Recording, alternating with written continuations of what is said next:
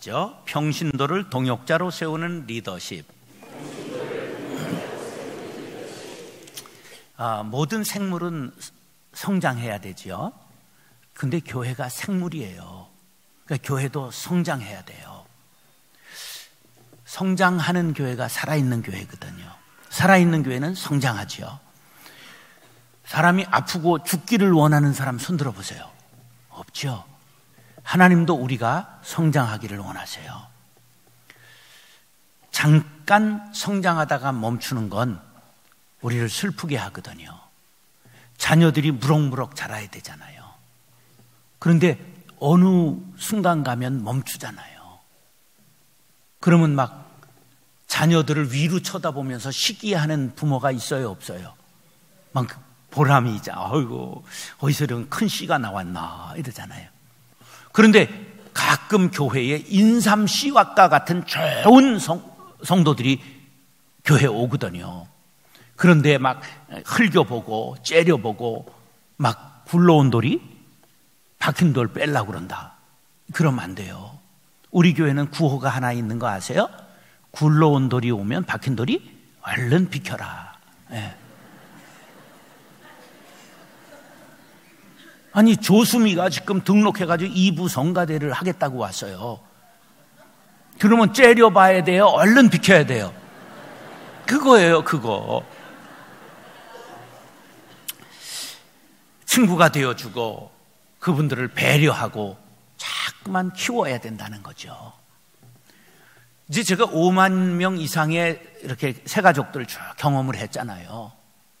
그러면서 이제 나름대로 목회의 방법을 쭉 찾아왔는데 뭔가는 해야 되는데 설명이 궁하던 차에 아주 좋은 책을 만났어요. 크리스찬 A. 슈바르츠라고 하는 이 슈바르츠 목사님이 자연적 교회 성장이라는 책을 썼는데 바로 이거구나 하는 탄성을 바라게 됐단 말이에요. 근데 이건 놀라운 책이에요. 근데 이게 놀라운 걸 목사님들만 몰라요. 그러니까 이게 안타깝잖아요. 굉장히 중요한 책이에요. 왜 그러냐 하면 5대양 6대주에 18개 언어권에 있는 32개 나라에 잘 되고 있는 교회 1000개를 뽑아서 설문을 조사했어요. 이런 조사는 2000년 역사에 유일한 거예요. 아주 놀라운 조사를 했는데 컴퓨터에 넣고 확 돌려보니까 8가지 특성이 발견됐어요. 따라하세요. 사역자를 세우는 지도력, 은사중심적 사역, 열정적 영성, 기능적 조직, 영감 있는 예배, 전인적 소그룹, 필요중심적 전도, 사랑의 관계. 이제 저걸 8번 시리즈 설교를 하는 거예요. 그런데 오늘은 그 첫 번째인 사역자를 세우는 지도력, 그 말을 조금 우리가 알아듣기 쉽게 풀어가지고 평신도를 동역자로 세우는 리더십, 이렇게 제가 바꾼 거예요. 자, 8가지 특성이 있다고 그랬잖아요. 이 중에 하나도 무시되는 게 있으면 안 됩니다.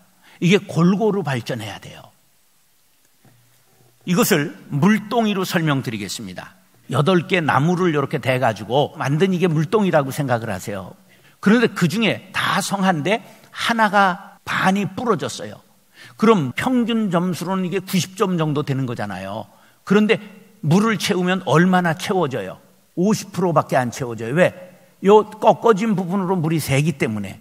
그 꺾어진 작아진 부분을 최소치라고 말해요. 최소치밖에는 차지 않는다. 그게 최소치 원리예요. 그 전체를 물동이 원리라고 그래요. 물동이 원리에서 가장 중요한 걸 발견하는 건 뭐라고요? 최소치를 발견해서 그 최소치를 올려야 되는 거예요. 8가지 중에 그 최소치가 그 교회의 점수를 결정한다는 거예요. 그러니까 어떤 목사님은 막 가르치기를 기가 막히게 하는데 성질이 나빠가지고 전부 쫓아내는 분이 있어요? 그렇잖아요. 그게 최소치가 되는 거예요. 그런 것처럼 이걸 자신에게도 적용하면 사업도 가정도 전부 원상복구하고 회복할 수 있습니다. 할렐루야. 그래서 마땅히 배워야 할 8가지를 시리즈 설교를 8주에 걸쳐서 합니다. 사랑하는 형제 자매 여러분, 오늘 사역자를 세우는 지도력을 평신도를 동역자로 세우는 리더십이라는 제목으로 말씀을 증거할 때 은혜 받고 교회 성장의 견인차가 될 수 있기를 예수님의 이름으로 축원합니다. 따라서 온전한 성도를 만드는 리더십.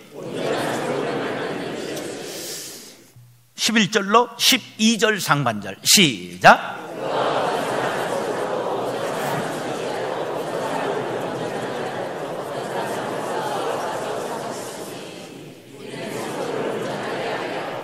자, 오늘 본문에 사도, 선지자, 복음 전하는 자, 목사, 교사가 나왔는데 초대교회 직분의 이름이에요. 그중에 사도는 아포스톨로스라고 그러는데 보냄을 받은 자라는 뜻으로 예수님의 12제자와 사도 바울과 예수님의 형제 야고보에 대하여 성경은 사도라고 칭하고 있습니다. 그 다음에 선지자가 나오는데 선지자는 구약에 나오는 하나님의 대변자, 계시의 전달자인데 신약에 가서는 이제 몇 명 나오다가 없어졌는데 신약의 선지자라고 나오는 건 사도행전 15장 32절에 유다와 실라, 21장에 빌립의 네 딸을 선지자라고 하고 사라졌습니다. 지금 선지자라고 하면 안 됩니다. 정성진 선지자가 이러면 그저 3단이구나 이렇게 알면 되는 거예요. 자, 복음 전하는 자라는 건 빌립과 디모데와 같이 지금도 복음 전하는 자는 많이 있는 거예요. 목사와 교사는 다른 별도의 직분이 아니라 목사이며 교사 이렇게 해석하면 되는 거예요. 목사는 두 가지 기능이 있어요. 설교하는 기능과 그 다음에 가르치는 기능. 이게 2대 기능입니다. 자, 이렇게 직분을 주셨는데 이 직분을 한마디로 표현하면 다 지도자라는 뜻이에요. 따라서 우리가 지도자입니다. 내가 지도자가 되겠습니다. 근데 그 지도자를 세우는 목적이 12절에 세 가지 나왔는데 첫 번째가 뭐라? 그것은 온전케 하는 일이에요. 지도자가 하는 일의 첫 번째가 뭐라고요? 온전케 하는 거예요. 성도들을 온전케 하는 거. 자, 온전케 한다는 말은 채운다, 가득 채운다, 갖추게 한다 이런 뜻이에요. 그러니까 사람들을 갖추게 하고 꽉 찬 사람으로 만들어가는 게 지도자의 역할이지요.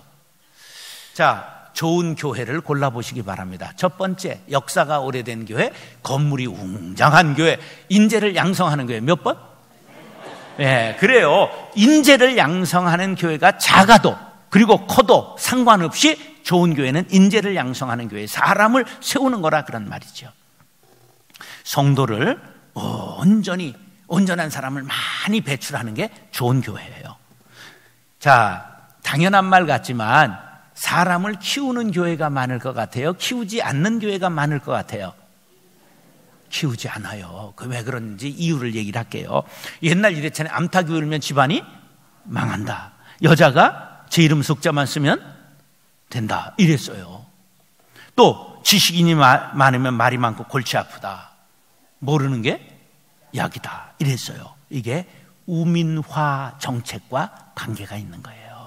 많이 가르치지 않고 정보를 제한하고 어리석은 사람을 만들어 수족과 같이 짐승과 같이 길들여 마음대로 부리려는 전 근대적인 지도력을 우민화 정책이라고 하는 거예요.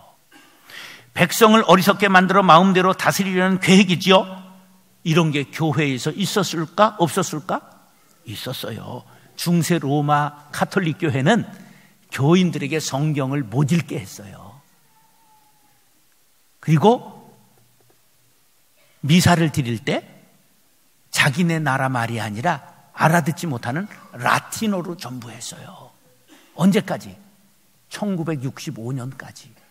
불과 50년 전에 자기 나라 말로 미사를 드리게 된 거예요. 무슨 정책? 우민화 정책이요. 한번 이게 교회에 있다는 게 아주 슬픈 일이지만 한번 따라서 병신도 만들지 말라.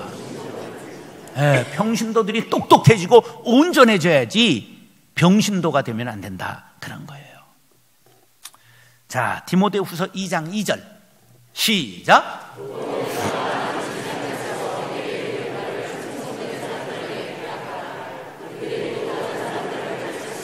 저건 기독교 교육의 아주 중요한 말씀인데요. 저기에 4대가 나와요. 보세요. 내게, 사도 바울이 나를 말하는 거예요. 내게 네가 들은 거를 네가 디모데야 많은 증인 앞에서 전하라. 그리고 충성된 사람 네 제자에게 가르쳐서 그 제자가 또 다른 사람들을 가르칠 수 있게 하라. 몇 대가 나왔어요? 4대가 나온 거예요. 이렇게 온전한 사람들을 길러내는 일에 아주 전력을 다하는 게 교회의 사명이에요. 목사는 장로, 권사, 안수집사, 집사들을 잘 길러내야 되는 거예요. 여기에 우리가 한 가지 깨닫고 넘어가야 될 게, 사람은 먼저 사전에 전 이해가 있는 사람이 설교 들을 때 은혜 받을까요? 처음 듣는 소리를 들을 때 은혜 받을까요?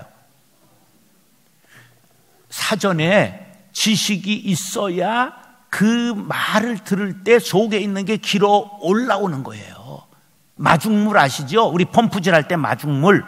내가 속에 들어있는 게 있어야 들을 때 은혜가 되지, 생경한 말, 처음 듣는 말을 들으면 뇌가 작동을 하지 않아요. 저게 뭔 말이냐? 띵 하고 있는데 또 띵 하면, 세 번째 띵 하면 이게 포기를 해버려요. 그래서 듣지를 않는 거예요. 그러니까 왜 정성진 목사 말을 그래도 여러분들이 알아듣냐? 수준이 비슷하기 때문에 아는 거예요. 제가 공부를 많이 하면 여러분들이 못 알아잡수시는 거야. 자, 사도 바울이 위대한 사람이라는 것은 아주 온전한 사람을 기르려고 했기 때문이에요. 자, 고린도후서 13장 9절 시작.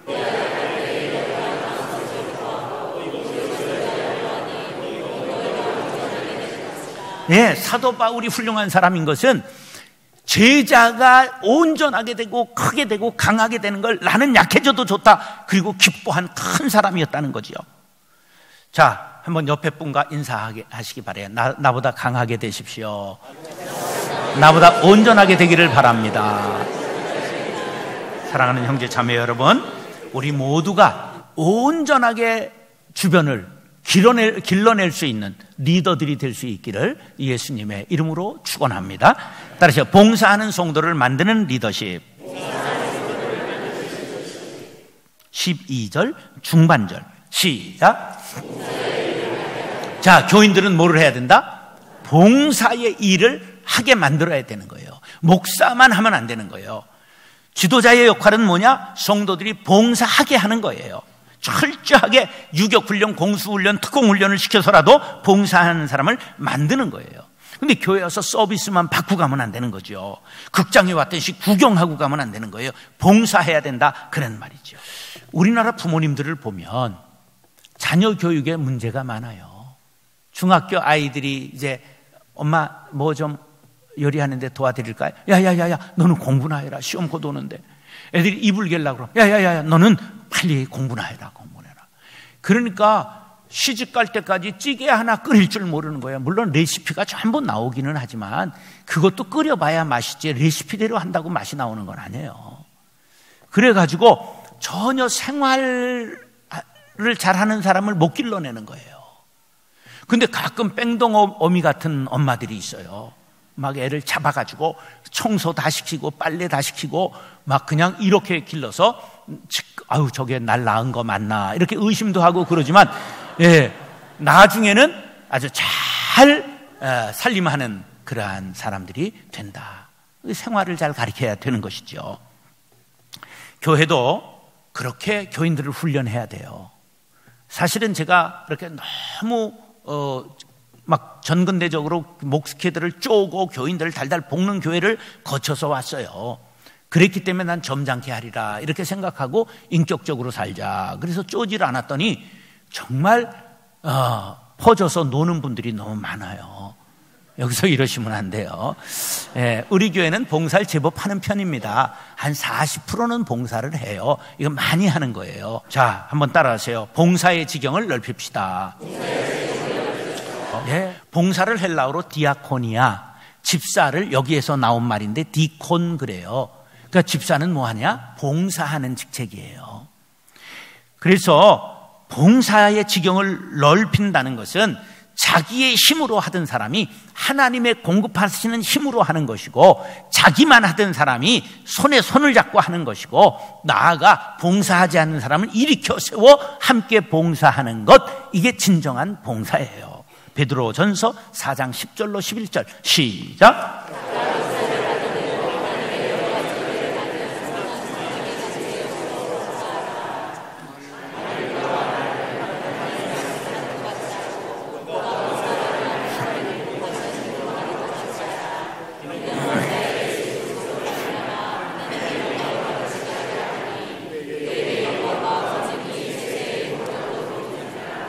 자, 이 말씀 속에서 세 가지 봉사 잘하는 방법을 찾아봤어요. 첫째는 하나님께 받은 걸 가지고 해야 돼요. 받지 않은 걸 갖고 하면 신경질 나고 재미없고 싸우고 그래요. 두 번째, 청지기가 일을 하는 것처럼 성실하게 맡은 일을 하는 거고, 세 번째는 하나님이 공급하시는 성령의 능력을 받아 할 때 끝까지 능력 있게 행할 수 있다. 할렐루야. 여러분들이 봉사할 때 신바람이 나지 않는다, 그러면 과목을 잘못 선택했을 수 있어요. 그럼 포기하지 말고 다른 과목으로 전과해 보세요. 대학에 들어갔는데 적성이 맞지 않아서 전공을 바꾸는 경우가 있는 것처럼, 우리가 봉사할 때 재미가 없다, 신바람이 나지 않는다, 그러면 한번 다른 것으로 바꿔보라, 그런 거예요. 이 성가대 하는 분들은 보통 분들이 아니에요. 저는 성가대 이거 하면요 깝깝하고 답답하고 막 신경질 나서 못해요. 막 혼자 뽑으라고 그러면 틀리든 말든 막 뽑는데, 이건 하모니를 이루어야 되는데 이건 난 못해요. 이분들은요 밥을 막 굶어가면서도 해요. 이게 굉장한 거예요. 이게 찬양의 은사가 있는 거죠. 그리고 교회 학교 아이들, 자기 아이들도 기르기 힘든 세상에서 애들 사주고 막 가르치고, 그건 가르치는 은사가 있는 거예요. 그리고 이제 저 앞에 와서 배꼽 인사하면서 이렇게 하면 게 봉사의 은사가 있는 거예요. 근데 어떤 사람은 막 사자 얼굴을 해가지고 저기서 인사하면 다 도망가, 이러면 그건 은사가 아닌 거예요. 그러니까 이게 자기 적성을 따라 하는 것, 이게 하나님이 주신 대로 하는 거죠. 그러니까 한번 자기를, 내 적성은 무엇인가 따라서 봉사하라, 그런 거예요. 근데 요새 교회에 3D 업종이 있다는 말은 들어봤어요? 예. 첫 번째가 주차 봉사, 두 번째가 식당 봉사, 세 번째가 장례 봉사 같은 거죠. 예, 이게 참 어려운 거예요. 근데 요새 선생님들이 부족하다고 교사가 3D 업종이라고 그러더라고. 아니, 세상에는 선생님 되려고 목을 매는데, 여러분들 우리 자격시험 안 볼 테니까 교회 학교 교사로 봉사하시기 바랍니다. 사랑하는 형제 자매 여러분, 선한 청지기 같이 봉사하시기를 바랍니다. 함께 봉사하시길 바랍니다. 주변의 사람을 봉사자로 함께 손잡고 일으켜 세우시기 바랍니다. 모든 성도를 봉사하는 사역자로 세우는 리더들이 될 수 있기를 예수님의 이름으로 축원합니다. 따라서 교회를 세우는 성도를 만드는 리더십. 예, 평신도 지도자를 세우는 근본적인 궁극적인 목적이 뭐냐? 바로 교회를 세우는 거예요. 교회를 허무는 게 아니라 세우는 거죠. 이게 가장 중요한 거예요. 그래서 12절 하반절 시작. 그리스도의 몸을 세우려 하십니다. 자, 그리스도의 몸은 교회를 말해요. 교회를 세우기 위한 직분이 필요한데, 우리는 모든 지도자는 교회를 세워나가는데 마음을 하나로 모아야 돼요. 교회를 세워나간다 하니까 건축하자, 아니에요. 그 교회를 세워나간다고 하는 것은 13절에 보면 그리스도의 장성한 분량이 충만한 데까지 이르는 것을 뜻하는 거예요. 그러니까 온전한 몸을 만드는 거, 교회가 온전한 교회를 만드는 거, 이걸 세워나간다, 이렇게 말하는 거죠. 근데 어떤 교회는 목사를 세우는 교회가 있어요. 근데 부흥해요. 목사를 세우면 부흥해요. 과거 어떤 교회는 그 교회 목사님 욕했다가는 막 할칠나고 달려들고 계거품을 물고 목사를 자랑해요. 난 우리 교회는 정목사 그렇게 자랑하는 사람을 못 봤어요. 그렇게 하면 성장해요. 근데 그게 문제가 발생해요. 잘못하면 교주가 되고 이단이 되고 목사가 교만해져요. 그래서 여러분들이 저를 겸손하게 하시려고 그렇게 안 하는 거는 알겠는데, 그래도 그 성장하려면 이게 집중력이 있어야 되니까 그런 게 필요한 거예요. 그러나 인간을 높이는 거는 우리가 늘 서로가 조심해야 된다. 자, 그리고 사람 제일 조심해야 되는 건 자기를 세우는 사람들이 많으면 안 돼요. 이기적 사람이요, 기복적인 거예요. 건강을 구하고 평안을 구하고 물질의 복을 구하는 사람, 잘못된 거는 아니지만 우선순위가 잘못된 거예요. 우선순위가 중요해요. 마태복음 6장 33절 시작.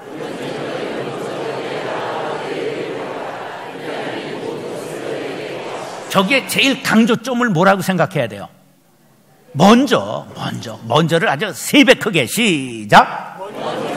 아니, 저 읽으면서 시작. 예, 먼저가 중요한 거예요. 먼저 우선순위가 중요한 거예요. 자, 일의 우선순위를 아는 사람이 지혜자죠. 요한 3서 1장 2절 시작.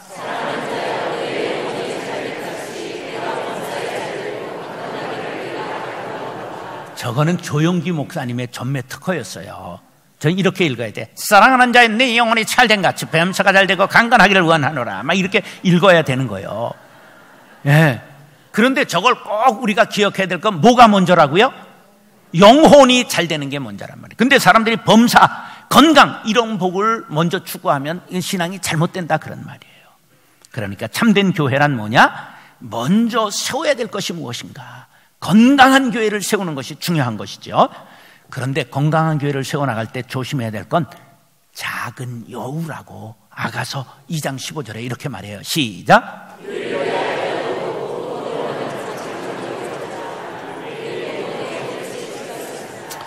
큰 여우예요? 작은 여우예요? 예, 여우도 작은 건 얼마나 예쁜지 몰라요. 그런데 이게 무슨 뜻이냐 하면 작은 여우가 왜 잡아야 되느냐 하면 포도원을 헤집고 다니면서 꽃 같은 거를 막 이렇게 헝클어 놔서 꽃이 떨어져요. 그 열매를 맺지 못하게 한단 말이에요. 이게 무슨 뜻이냐? 열매가 없으면, 그래서 꽃이 떨어지면 열매가 없는 것처럼 교회의 기쁨을 앗아가고 향기를 사라지게 하는 행위를 작은 여우로 표현하는 거예요.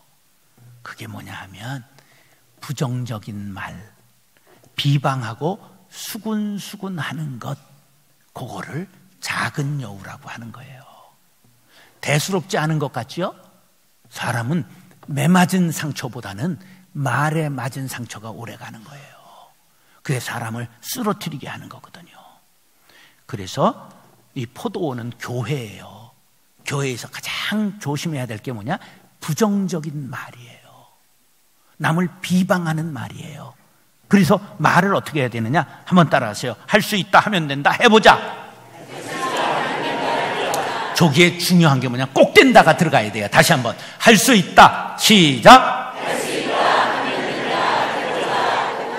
해보자. 예. 그래서 우리 교회가 이렇게 많은 일을 하게 된 거예요. 이 긍정적인 사고를 갖고 일을 하니까. 당신은 하나님께 복을 받은 사람입니다. 시작. 복이 근원이 되십시오. 당신이 교회에 있을 때 교회가 빛이 납니다.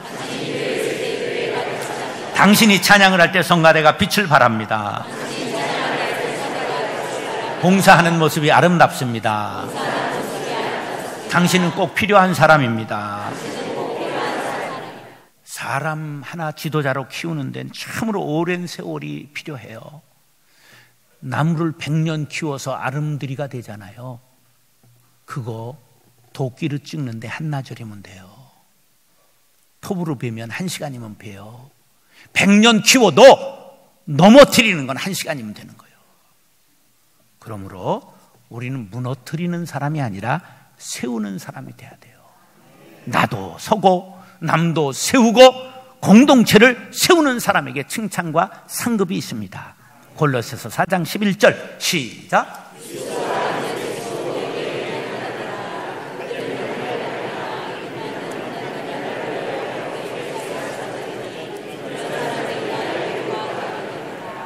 이 사람은 유대교에서 개종한 할례파예요. 그래서 유대인 그리스도인인데 이 사람이 얼마나 바울에게 잘했는지, 교회를 세우느라고 노력했는지 나의 위로가 되었다. 생명책에 이름이 기록되었다는 거죠. 사랑하는 형제 자매 여러분, 유스도와 같이 교회를 세우고 지도자를 세우는 자랑스러운 평신도 사역자들이 될 수 있기를 예수님의 이름으로 축원합니다.